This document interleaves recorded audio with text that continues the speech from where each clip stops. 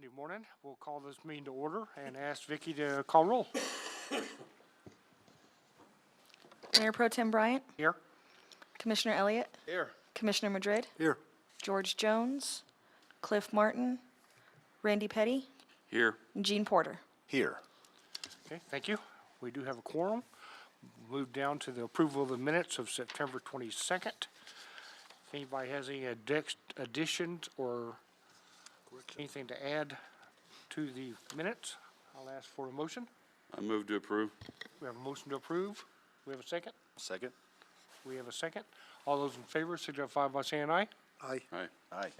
Same with those opposed. Motion carries. Number 4, discussion and recommendation regarding residential street lighting. Mr. Howald. Thank you, Mayor Tim, Mayor Pro Tem, and members of the committee. As one of our capital outlay requests to our legislatures for this upcoming session was to request $200,000 for residential street lighting.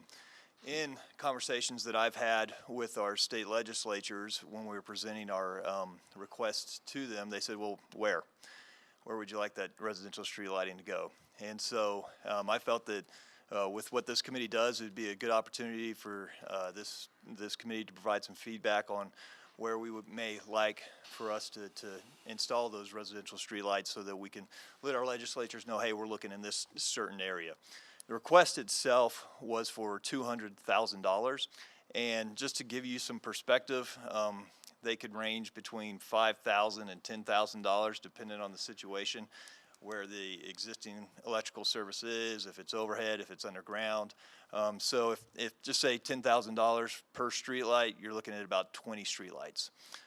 Recently, the city of Clovis had adopted the Metropolitan Redevelopment Area Plan, and so that's what I have actually put in front of you this morning.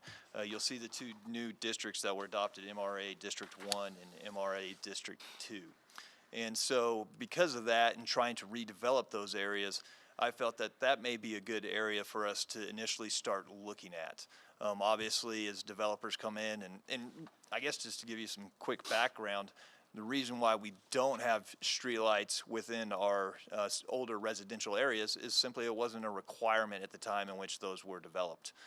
In our current unified development ordinances, developers are required to put streetlights at every intersection or at every 500 feet. If the intersections are closer than 500 feet, then you don't need one in the middle. If they're further than 500 feet apart, then of course you would need one in the middle. So in all of our newer subdivisions, you do see the residential street lighting within those areas. So just wanted to bring this to you, start getting some feedback. And like I said, my initial thought was for us to start in the metropolitan redevelopment areas. And that would be a good area and start try to get some street lighting into those areas for a redevelopment standpoint. So with that, Mr. Chairman, I would entertain any questions you may have as well as any feedback that you may have. Okay, thank you. We'll open it up for discussion. I know there's been some concern about the area south of town as well as the areas that Mr. Howald has shown us this morning. So what's the discussion of the committee?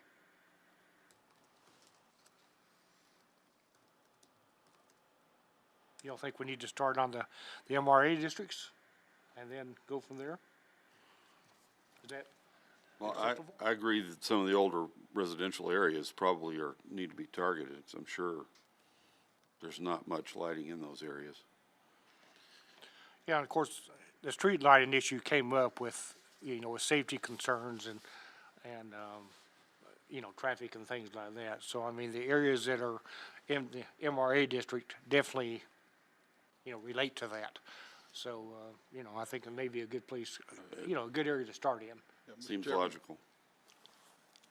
Yeah, Mr. Chairman, I think that the MRA areas would be because, we're looking at these, that could help on the crime issue too, because there's a lot of that that's involved in these areas. I think we've had quite a bit over in the District 2 of the MRA that here lately. So, yeah, I think that might be a good plan to start Okay. with. And you said 23 lights, so how? About 20. Yeah, 20. About 20 lights? Okay. So how much of an area would that actually cover? Not very much, to be honest with you. And so, I mean, if we needed one at every intersection, that's 20 intersections. Yeah, And so it's a start. Yeah, Yeah. yeah. absolutely. Justin, I'm being new to this. I'm curious, how often can you execute a grant like that where you can acquire money? Certainly, and so each year when the legislature meets, they have capital outlay dollars. And so what we do as a community is we have an ICIP list, which is an infrastructure capital improvement plan, and which is submitted to the state of New Mexico. And then what we do and what our commission does is then basically off that ICIP plan, we select particular projects to go then make our requests to our legislatures during that legislative session for them to try and give us money. Some years were more successful than others. The amount of money that each legislator is allocated varies from year to year. Obviously, they're serving large districts. Some of them are potentially serving even larger districts based off the redistricting.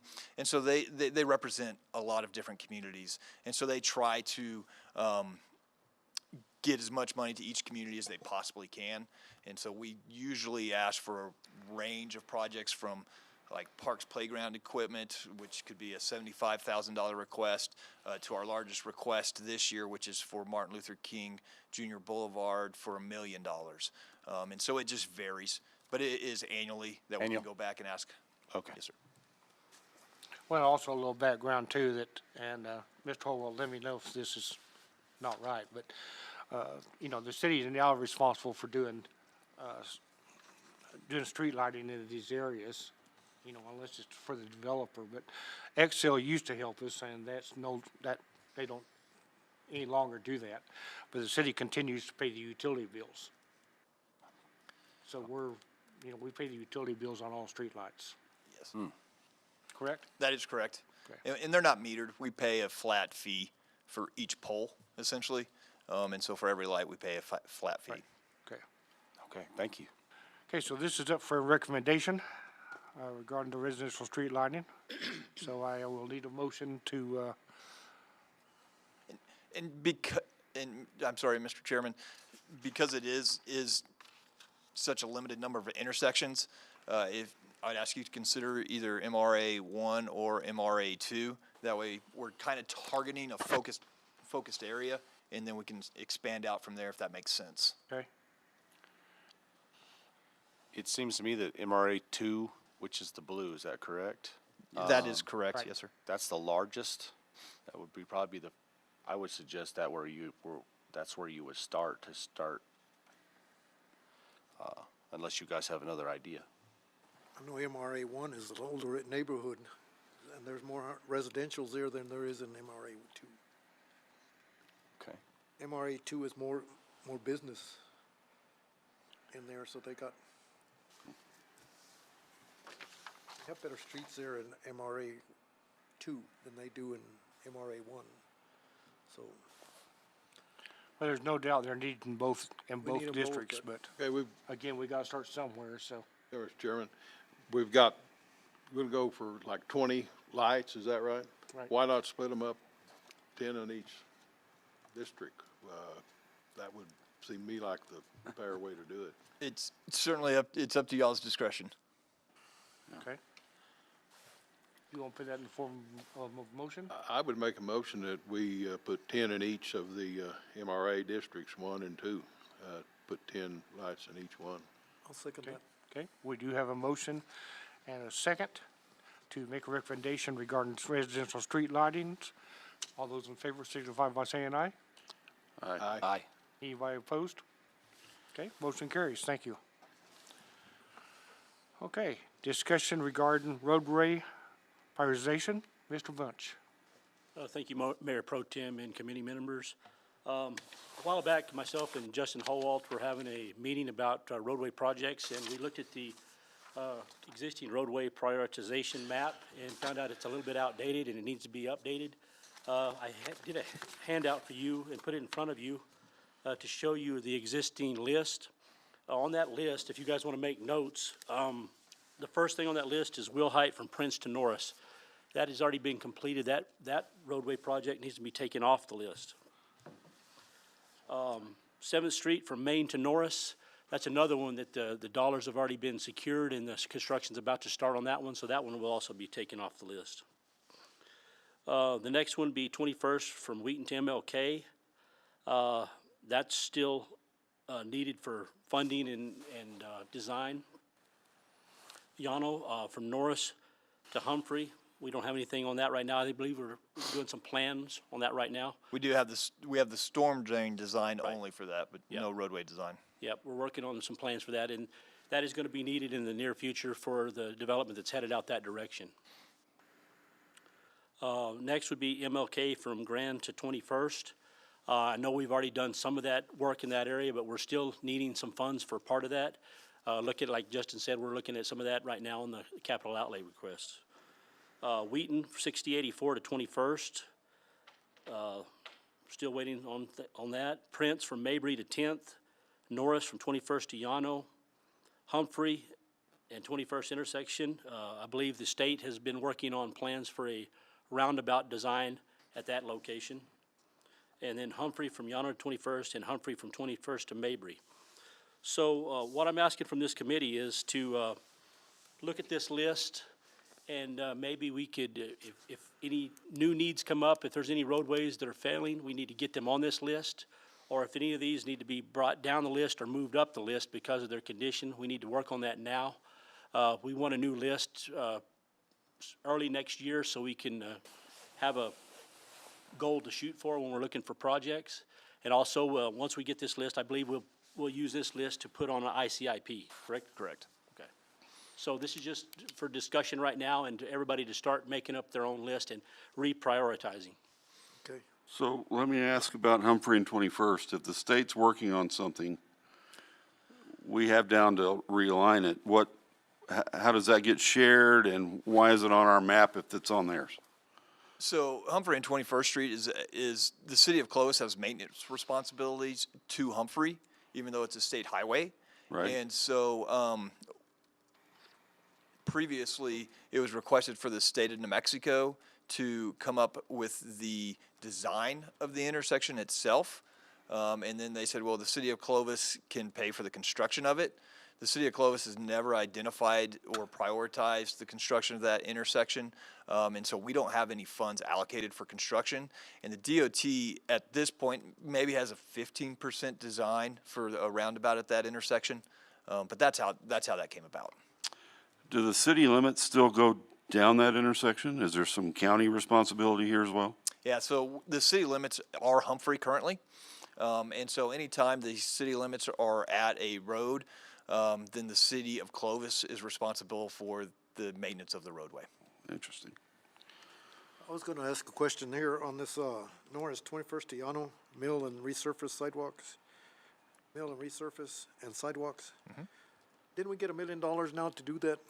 Yes, we do So have some that's available. already funded too. We do have it for a mill and fill and some possible sidewalk reconstruction on that area. Okay, Yeah, that so one's that's under design already, currently. Yes. that's already funded, Correct.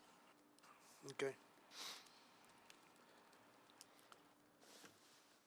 So, and as Mr. Bunch was saying, you know, as the community is, when we developed this list, several years ago at this point in time, you know, the needs of the community may have changed.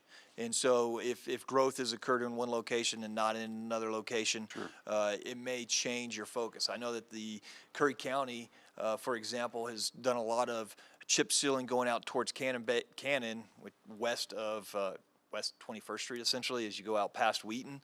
And so a lot of traffic potentially now continues out west towards Cannon and then down towards 467 to get out to Cannon.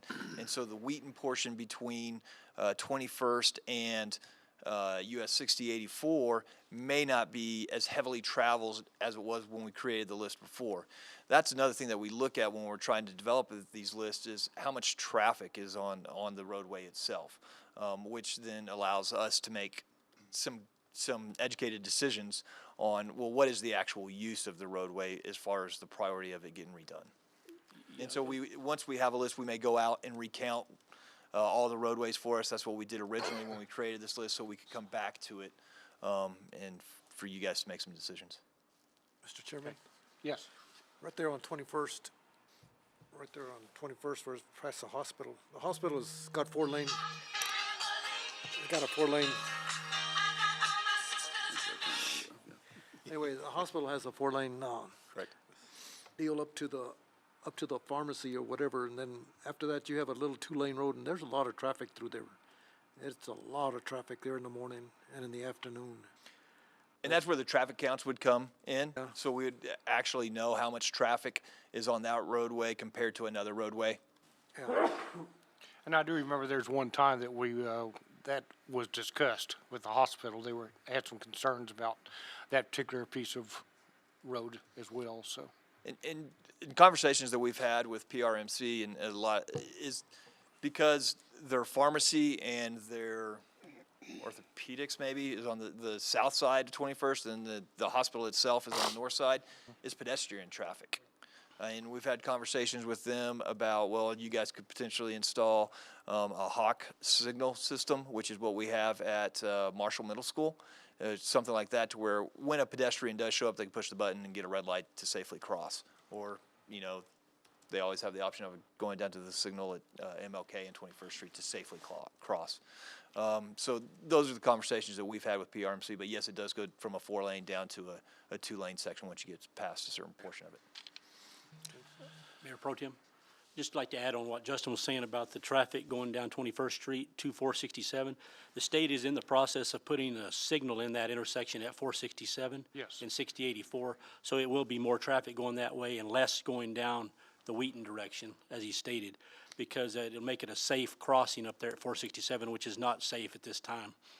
Yeah, and I agree, and I was actually gonna mention that as well, because, that's a heavily traveled road, and, yeah, there's some safety concerns out there, definitely. So glad to see that is gonna happen. Any idea when that's gonna take place? They just started the design process. They're working with our traffic superintendent at this time, getting the design and specs that they need from us. Okay, good, good. Okay, well, this was just up for discussion, so, maybe over the holidays, we kinda think this over and look this over and maybe bring it up at the, next meeting in January? That be acceptable to everybody? And Mr. Chairman, in the meantime as well, we can get them when we did the road biotics, thank you, Mr. King, for bringing that to my attention. And that's that's where we looked at the condition of every roadway, and if you recall, it was red, yellow, green, essentially. And so we can get that information out to you as well for your consideration. Yeah, that'd be great. That'd be good. Okay, we'll put that on the agenda for the, meeting on January 25th. Thank you. Okay, move on to city update with, Mr. Howald.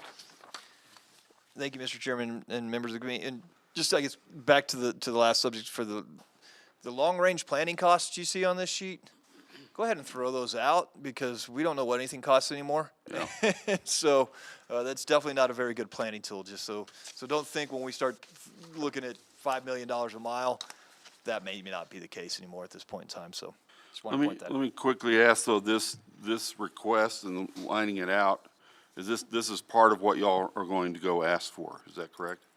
What we would do, once this is decided, this committee gives us direction on priorities, we would add those to our ICIP list, which then, of course, with every project, we would then potentially go for capital outlay funds to go Okay. get the design done. Once we have the design finished, there's other opportunities from whether it's our roadway bonds or whether it's through the transportation project fund that the state legislature created last year with the DOT. Okay. And so then we'd start seeking, but always this gives us the list where we can go out and start seeking those design dollars, and then we can go seeking the Okay. construction funds. And on that note, and Justin says it all the time, and I just want to reiterate what he says, that it's always good to have plans on a shelf. Because Sure. when money becomes available, they want shovel-ready projects, and we Right. say, it's ready to go. Okay, Absolutely. got it. Project updates, the reuse project, Phase 1D, we've done the walkthrough with that. We've provided the punch list items to K Barnett, so they're working on finalizing those punch list items for Phase 1D. Of course, Phase 2, construction is ongoing. We've finished through along Thornton up to Llano Estacado. We've gotten that all reopened now. They've started construction north of Llano Estacado along Thornton. They're going to be working through the end of this week, and then the company takes the 2 weeks off for vacation and for Christmas and for New Year's, and then they'll come back to work. They're expecting to get to Wilhite by the end of January. And so then once they're finished with Wilhite, of course, they'll continue east, or finished with Thornton, then they'll continue east down Thornton. Or down Wilhite. Man, I'm all over the place. So, so that project is ongoing, and we're scheduled to be completed with it by March of 2022 for that particular project. 7th Street design, or we've kicked off 7th Street. As you recall, we had that project all the way designed 100%. We've received funding for construction of what we're calling Phase 3, which will take it from Maple to Main Street. And so Sautermiller and Associates and their representatives, and Mr. Bunch and Mr. Shear and I had a kickoff meeting. So now what they're doing is taking that 100% set of plans, putting them into a bid set, and we're expecting to be able to bid that project out first quarter of next year. So we're hoping around February timeframe we'll be able to start bidding that project out and getting it under construction. Martin Luther King Jr., of course, that one is designed as well. We're looking for construction funding on that. Since we did receive transportation project funds for 7th Street, that freed up our road bond to go towards MLK. So we've applied, we're going to apply those funds towards that project, plus some of our drainage funds, plus there's the potential to use some of our American Recovery Plan Act funding that the city of Clovis received through the federal government towards that project. And then we're also going to be seeking that $1 million from our state legislature and capital outlay funding for that project. It's it was estimated at about a $6 million project for that total construction cost for that project. Dam Safety Bureau had issued or revised the classification of 3 of our dams, so Running Water Draw Dam, the Ingram Lake Dam, as well as our wastewater treatment plant lagoons. They increased our classification to a high hazard classification, and so what comes with that is we have to perform dam breach analysis, as well as develop emergency action plans and O&M manuals for those dams. It's something that we had started on with Running Water Draw and Ingram Lake several years ago, and we had submitted those to the Dam Safety Bureau prior to them developing rules for the analysis. So the city of Clovis was very proactive in doing so. They never accepted and approved those plans. And so with this last inspection that they did, they came back and said, y'all need to get those put into place. And so I've had meetings with them, as well as with CDM Smith, who has originally put those plans together for us, and saying, look, guys, we've expended a lot of money already on these dams. We've already run breach analysis on these dams. And so they're like, great, thank you all so much. We do appreciate the work you've done, but you need to do this.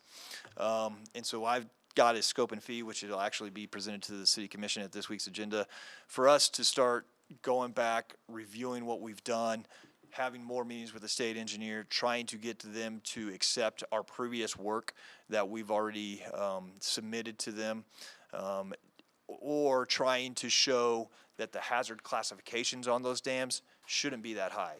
So, for example, the wastewater treatment plant lagoons, if something failed on one of those berms, those lagoons are actually built in a playa. And so the water itself is going to basically stay right there.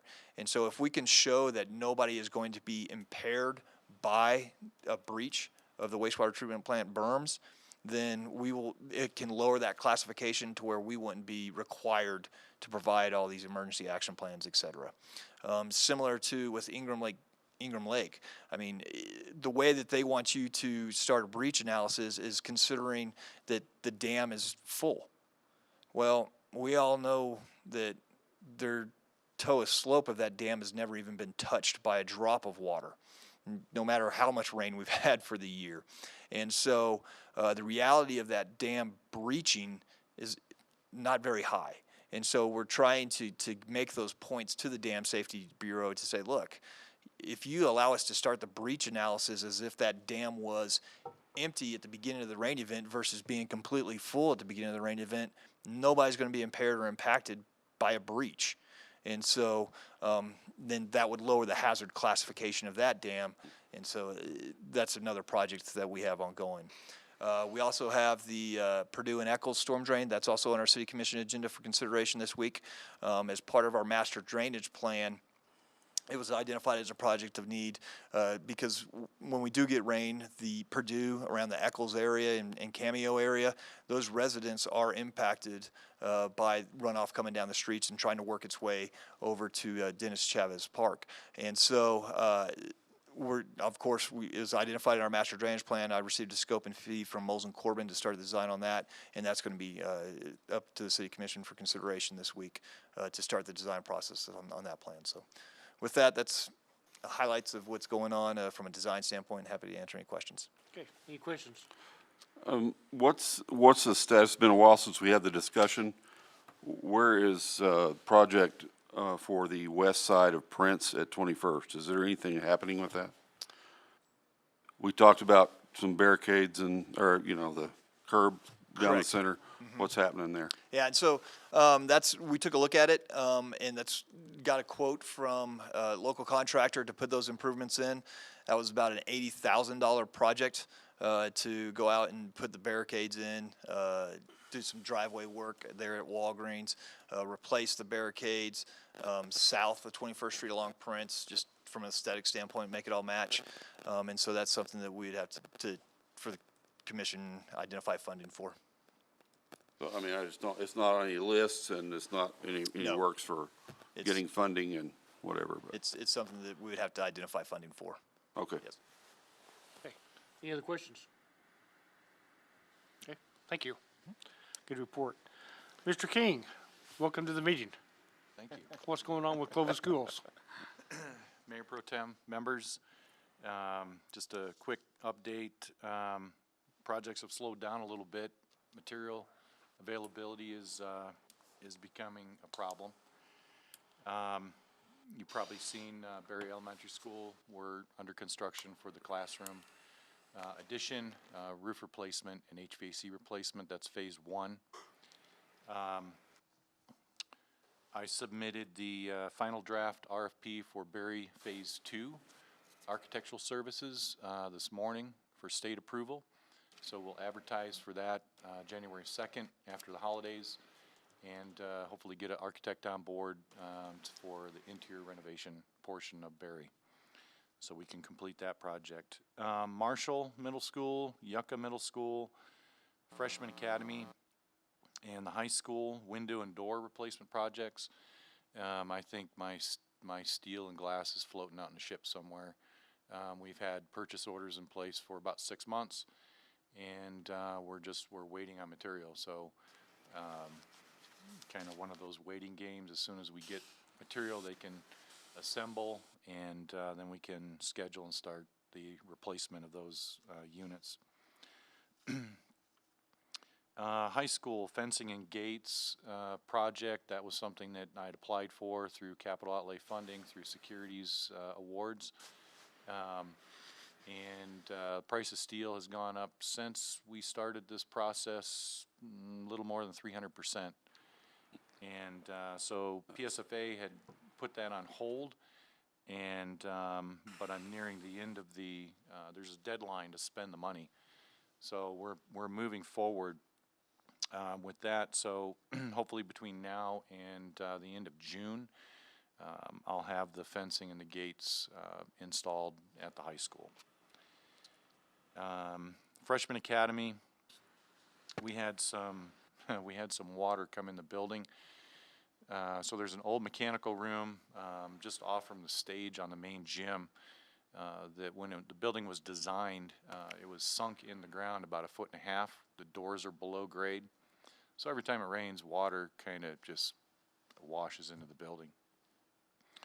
So I'm regrading that area and covering, redoing the stem walls and covering that area to keep water out of there so we can get the gym floor fixed. I don't know if any of you have seen or heard about the gym floor over there at Freshman, but the water got under it and you can't even walk on it. So once I get the water problem fixed, then the insurance company will come in and they'll replace that floor for me. So that is in progress.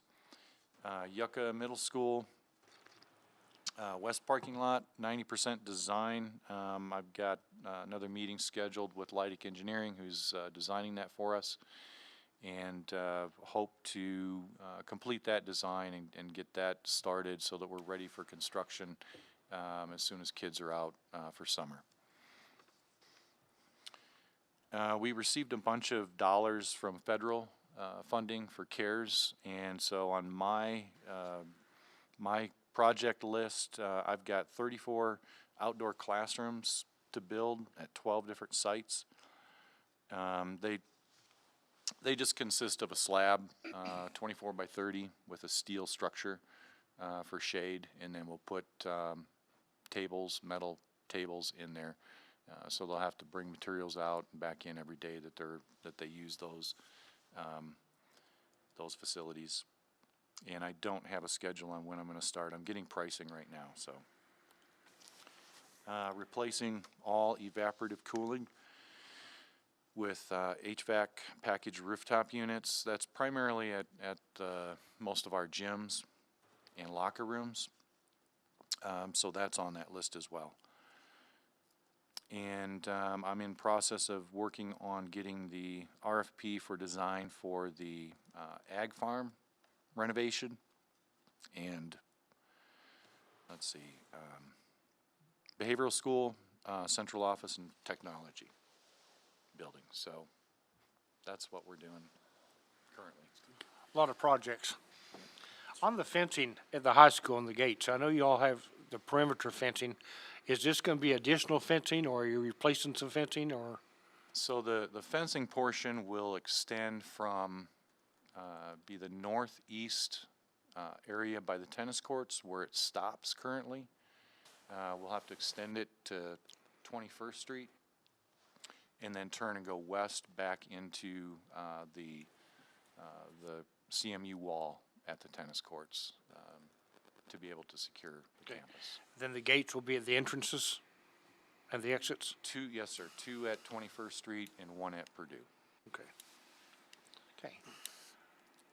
And Mayor Pro Tem and members of the committee, just for perspective from a cost standpoint, we recently bid our senior center and for the new Hillcrest Senior Center, and that bid came in $1.6 million over our last estimate.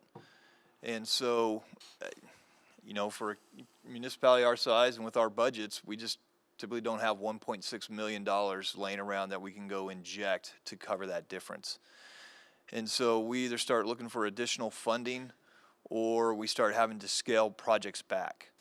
And the reason I bring this up is because it definitely, I see it impacting our road projects. So for example, we may have transportation project funds for 7th Street to complete that, but that last estimate was at $5.7 million. So when we bid that in February and it comes in over, that may impact either we have to use some of our road bond funds to cover that difference, or you start scaling projects back. But that is a reality of what we're dealing with. And so while we've identified funds and trying to get these things built, until we bid them, until the market stabilizes, we're not sure what we can do our best at estimating, but that's exactly what it is. And that's why it's an opinion of probable cost. That's all it is. Yeah, and unfortunately, everybody and every business is dealing with this situation right now. Unfortunately, steel and things like that continue to go up. Is there any indication at all that you all are aware of that some of these supply prices may decrease eventually? Or are they gonna stabilize and stay high? I have my personal opinion, not an economist, but based off history, when prices go up, prices generally don't go back down. They stay high. Yeah, I agree. They'll stop rising, but they'll stay where they're at. Correct. Okay, any other questions for Mr. King in the schools? No? Okay. Move down to, for the good of the order. Does anybody have anything they'd like to discuss? I'd like to bring something up. I had a complaint over there on Seventh and, I mean, not Seventh, Grand and MLK, that four-way stop sign. Okay. Some of those truckers either don't see that stop sign or something like that, but they're going through there and they're not stopping. And it's creating a danger right there. So the person that told me about it, he says if they could put those flashing lights, stop signs, so they can see them because they're not stopping. Plus, they're not even slowing down there on Grand and Hall Street. He said that he almost got hit there by a semi too. They're just trying to beat the light, and it changed to green. If he had gone, he would have been hit, but he didn't go right away. But they say those semis are going through there. Of course, if we could start getting those semis to go down 467, it would be a good deal. But it's going to be kind of hard, I guess. But flashing signs, I think, would really help on that intersection on going east to west. It's something we can take a look at, and from a power supply, yeah, I think they're solar now, so that would definitely make it easier, especially because I think we do have some located in the medians as well, Yeah. in that area, so, but it's something that we can get our traffic department to take a look at and Yeah, see what it because- cost. North to south, that's okay. That's not a big deal there. Right. Yeah. Any idea what kind of cost is associated with that? I don't off the top of my head. It does cost more than a regular sign, of course, but they're getting, last time I looked a couple years ago, the price was going down because technology was getting a little bit better. So I think it's something we could possibly look at. We don't have any in town at this time. The state does have some out there on Sugar Beet Road and 21st for that problem intersection. They do have some flashers out there, so we can maybe get with them and take a look at it. Okay. What's the requirement, and at what point do we look at a light there? I mean, there's a lot of traffic there, both, even north and south, I've noticed there's quite a bit, so. Yeah, and that's actually part of the construction project that the DOT Okay. is gonna be doing when they rebuild it. Now, I don't think they're planning to put in a signal with that particular project, but it's something I'm happy to reach out to District 2 on, because there's different warranting criteria to Right. put in a traffic signal, and volumes, accidents, et cetera. And so I'll reach out to District 2, because I know that they weren't planning on putting in a signal with the proposed project, but if it warrants it, it may be something that we could get them to do. Could you at least maybe even ask about possibly installing the flashing signs Yep. during that project? I mean, Yep, absolutely. Yeah, then we can do the maintenance agreement on those. Okay, sounds good. And Clint, I remember we had advertised a little bit about the landfill, being at no cost to city residents, and trying to get the alleys cleaned up a little bit better and get people to go out to the landfill. How's that situation working with the alleys? Are we still having a problem with people putting large amounts of furniture, trash, tires? Yeah, there's still a problem throughout the town. I mean, we try to educate everybody we can. Is anytime somebody calls in to our office, we tell them that, it may be a while before we can pick it up, but you can bring it to the landfill for free. We try to encourage that, so that's helped out some, but it just depends on the person, everybody's different. Some people want to comply, and some people want everything for free, Right. They think it's owed to them for some reason, and they don't understand that what they're paying for is the dumpster service, not for the extra pickup. And how often do we have crews going through the alleys picking stuff up? Every day we have Every crews going day? through every day we have some crews going through the alley. We have some guys dedicated to that specific plan. And we also, what I have to do periodically is I pull off street department personnel, and sometimes I've used everybody at Public Works at different times, pulling them off their jobs. on Wednesdays and sometimes a week at a time to go out and help clean up the alleys. And it does pay off, but it's taken a lot of manpower and a lot of time from other departments. Are we finding out that sometimes it's the same areas that are impacted with this, or is it? Yeah, there's certain areas that that's good, the alleys are gonna be bad, it's just any type of towns like that. You have the older part of town, the newer part of town, and it just depends on, how the residents in that area, how the community in that area reacts to that thing. Some communities, they'll pick up for each other, and some won't. Some people throw their garbage over the back fence and expect us to pick it up, Right. Well, I know you all are doing everything you can. We appreciate it. Thank you. Any other comments? Mr. Chairman, I talked to Clint and Justin yesterday, and we're looking at maybe some ways to try to help with the speeding on Commerce Way and on 21st especially.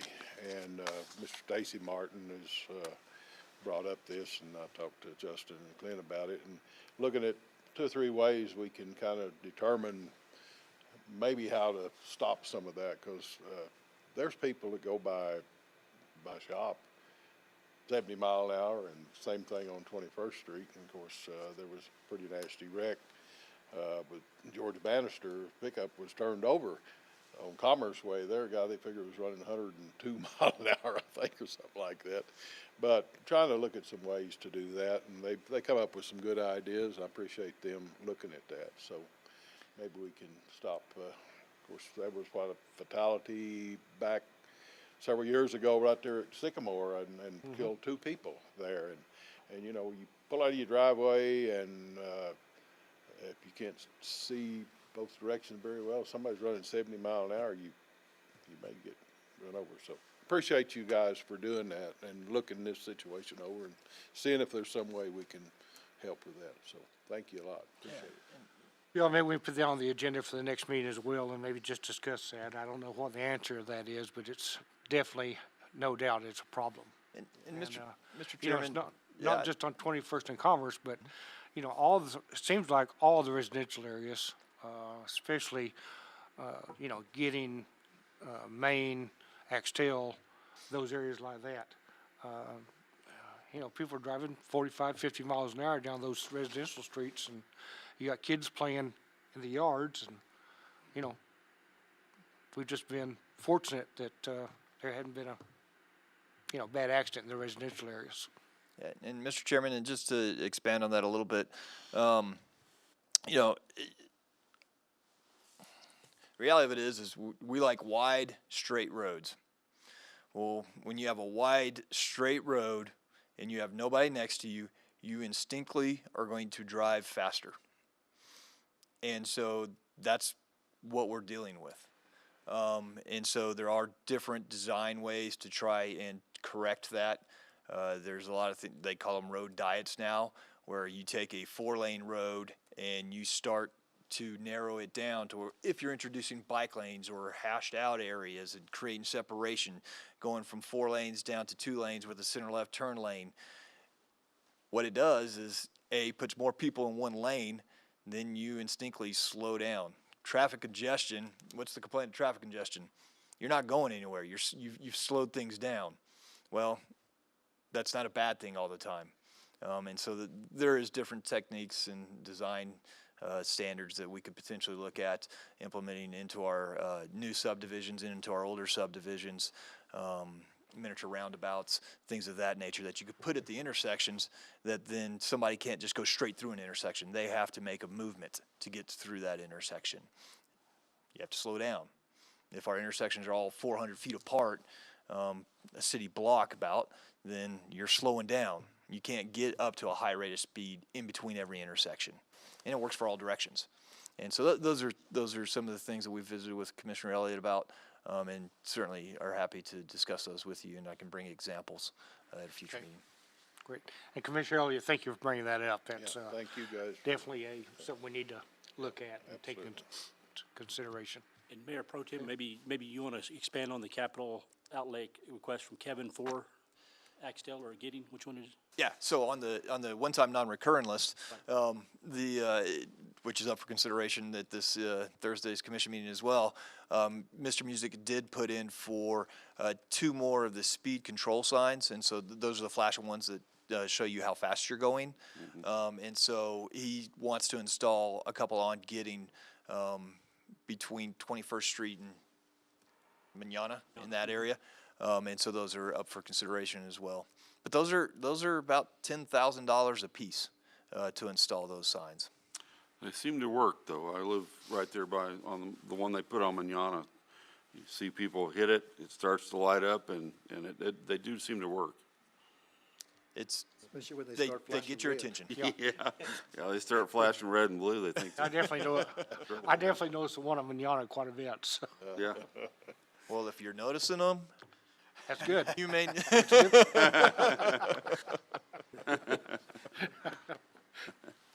Okay, any other comments under for the good of the order? Nope. Okay, our next meeting time will be at 8:30 on January 25th, 2022. Hope everybody has a wonderful Christmas holiday, and we are adjourned. Merry Christmas. Thank you.